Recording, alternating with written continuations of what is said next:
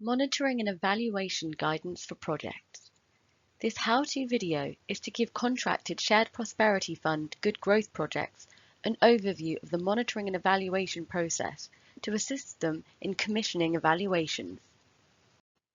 Project evaluation helps us to measure these different areas. To assess the effectiveness and impact of a project.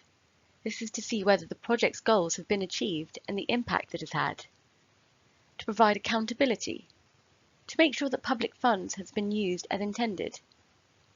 To shape future programs by taking lessons learned from projects to design future programs. And to understand value for money, to see whether the project has been a good use of public money, which depends on the value of the grant given and the impact it has had. As a contracted good growth project, you have a responsibility to collect, store and share project monitoring data with the good growth team. You must ensure that your project follows data protection rules, privacy regulations, and that you share clear privacy policies with the people that you work with. This should allow external evaluators to access confidential project monitoring information where necessary. You also have a responsibility to commission an external evaluator. Best practice is to get an independent external evaluation. The evaluation should match the project size, with smaller projects needing a less detailed evaluation. It is good practice to involve beneficiaries in the evaluation and inform them that external evaluators might contact them for feedback on their experience with the project. Finally, you must provide us with an evaluation report. This is a result of commissioning your external evaluator and must be shared with the good growth team. All projects are required to submit an evaluation report to the good growth team by the time of their final claim at the latest. We strongly recommend that projects start commissioning an external evaluator as early as possible to make sure that one can be found and that they are good value for money. By commissioning as early as possible, this will give the evaluator enough time to fully understand the project and the good growth program, including the investment plan, monitoring and evaluation framework, and the good growth principles, to design and conduct the evaluation well, and to share a draft report for projects to review before submitting to the good growth team. To give you an idea of timings, the design of an evaluation can take up to 1 month to complete, and the evaluation itself may take 2 to 3 months to complete, although the evaluation should match the complexity of the project. Evaluation costs can vary a lot depending on the scope of the work, with 5% of the total cost of the project as a very rough estimate of the cost. As touched upon, the aim of project-level evaluations are to 1. Assess the project's context and objectives, project management and delivery. 2. To report project progress against contracted spend, outputs and outcomes targets. 3. To assess the project's impact, including contributions to the good growth principles and those not captured by contracted output and outcome targets. 4. To identify lessons learnt and best practices for future projects and programs. These should all be accounted for within your evaluation and will be looked at in further details. The evaluation should first outline why the project is needed and the impact it is seeking to deliver. This should be presented in a logic model, which is a flowchart-like diagram that links the following areas.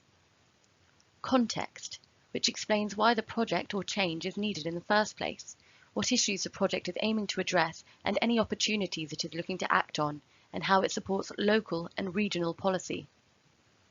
Market failure. This is a set of economic arguments that explains why, without the project, the private sector alone cannot deliver the needed improvements or cannot do so in desirable timescales or levels of quality. Project objectives. This defines what the goals of the project are. Project inputs is an overview of the organizations and partners involved, their credentials, as well as the source of the project's funding. Activities is an overview of the activities and services the project will deliver and individuals or organizations who will benefit. Outputs is an overview of contracted SPF output targets to be delivered by March 2025. Intended outcomes is an overview of contracted SPF outcomes to be delivered by 2030 and any wider outcomes associated with project delivery not captured within contracted output and outcome targets. Impact is an overview of the project's longer-term regional and sectoral effects, which should match the outcomes, levelling up objectives, good growth principles, and aspirations identified in the investment plan. Please note that much of this information will already have been captured within projects' application forms and can be reused and enhanced with more information where gaps exist. All projects must undergo a process review outlining their experience with the Shared Prosperity Fund process, although the content, coverage, and detail of the review should be proportionate to the funding received, as shown in the table. Smaller funding allocations, for projects receiving less than $50,000 in SPF funding, should conduct a high-level process evaluation of 2 to 3 pages, which may be completed directly by the project. This should explore the project's experiences with the Good Growth Programme and its delivery and management team. More specifically, identifying the programme's strengths, weaknesses, and areas for improvement, and lessons learned from each step of the programme. Consider whether project activities delivered in line with the original plan, and if not, what were the reasons for any change? For moderate funding allocations, projects receiving between $50,000 and $1 million in shared prosperity funding, projects should conduct a simple process evaluation covering the same topics as previously stated, but to be conducted by a commissioned external evaluator. In addition, for projects directly supporting individuals or businesses, the process review should also assess project implementation, marketing and engagement, activities delivered, management and governance, and monitoring. The review should also include interviews or focus groups with key staff and any delivery partners of the funding recipient and other relevant stakeholders. Their perspectives should be more diverse, detailed, and demonstrate critical thought.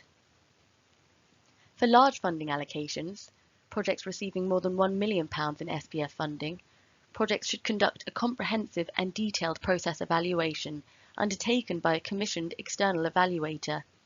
This must include all the aspects identified above, but will also include consultations with the project's direct beneficiaries, such as businesses, organisations, or individuals. After the process has been evaluated, the evaluation should then measure and explain the project's performance against their contracted spend, outputs, and outcomes targets. If the project has under or overperformed against its targets, the evaluation should explain why this has happened through a combination of desk-based research and consultations with the project and wider delivery team. If your evaluation will be submitted before finishing the project, or the point when final outputs and outcomes can be claimed, the reports should include forecasted outputs as well as outcomes to the end of 2030 and provide a realistic explanation for the forecasts made. After performance has been looked at, all projects are also expected to identify and assess their impacts. Evaluations should respond to impact evaluation questions included in the monitoring and evaluation framework. Please contact your project lead for this. Evaluations should identify and assess project contributions to the following areas. 1. Changes in beneficiaries. 2. Wider outcomes and impacts of the programme that are not captured within the project's contracted output and outcomes, including contributions to local and regional policy. 3. The investment plan, UK Shared Prosperity Fund objectives, Cornwall Council's Good Growth Principles, and 4. Products additionality. Commissioned external evaluators should use the most appropriate and proportionate evaluation methodologies to conduct their impact evaluations. For projects receiving more than $500,000 in shared prosperity funding, evaluators are expected to quantify the impact of their intervention in terms of gross value added, GVA, and employment where applicable.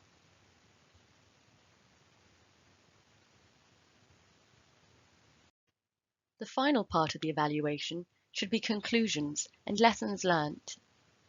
Conclusions should cover previous areas and answer the following 4 questions. 1. Was the project effective? 2. Did they effectively implement the project? 3. Did the project provide good value for money? 4. Is there evidence of additionality in the project? The final section should also highlight areas which can be used to inform the design and delivery of future programs.